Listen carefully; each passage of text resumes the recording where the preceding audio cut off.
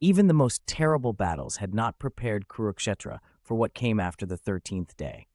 That day broke hearts and changed the direction of the war. Abhimanyu, Arjuna's brave son, had been killed in a cruel way. His lifeless body lay among broken chariots and fallen arrows. When Arjuna returned to the Pandava camp, he felt that something was wrong. The silence said it all. Draupadi was crying, Subhadra fainted, and Yudhishthira stood without saying a word.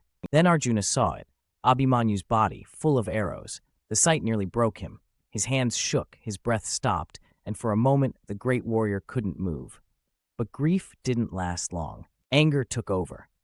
The fire in his eyes showed that something dangerous was coming, and the Kauravas weren't ready for it. When Arjuna found out that Jayadratha had stopped the Pandavas from saving Abhimanyu using a special boon given by Lord Shiva, his anger exploded. He raised his Gandiva bow to the sky and made a terrible promise that before sunset the next day he would kill Jayadratha with his arrow, or he would jump into fire and kill himself. Even nature seemed afraid of his vow. Thunder rolled across the sky, the wind roared, and it felt like even the gods were watching in silence. When Jayadratha heard Arjuna's vow, he became scared. The same man who once talked proudly about his power now tried to hide behind soldiers and war plans. Dronacharya, the master of war, set up a defense that couldn't be broken.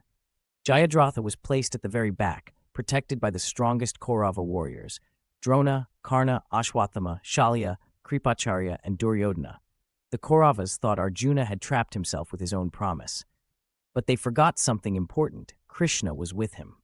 At sunrise, Arjuna rode into battle like a storm. Krishna held the reins of his chariot.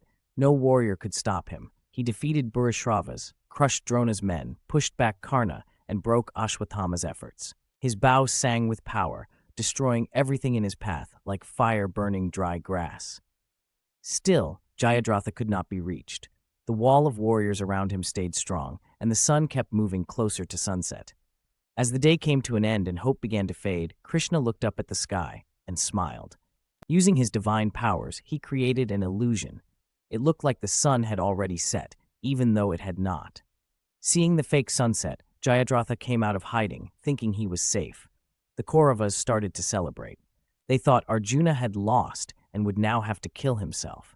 But that was the moment Arjuna had been waiting for.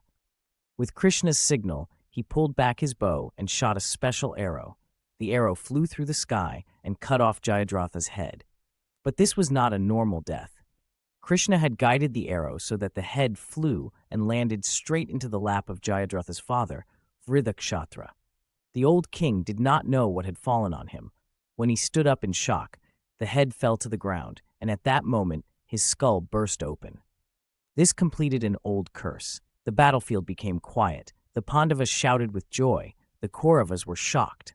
The illusion disappeared, and the real sun was still shining in the sky.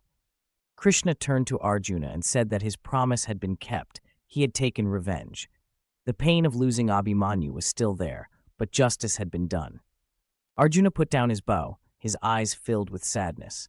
Even though he had won the battle, he would always remember the loss of his son.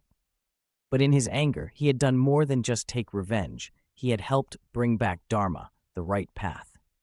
From that moment on, the war moved toward the fall of evil and the rise of justice.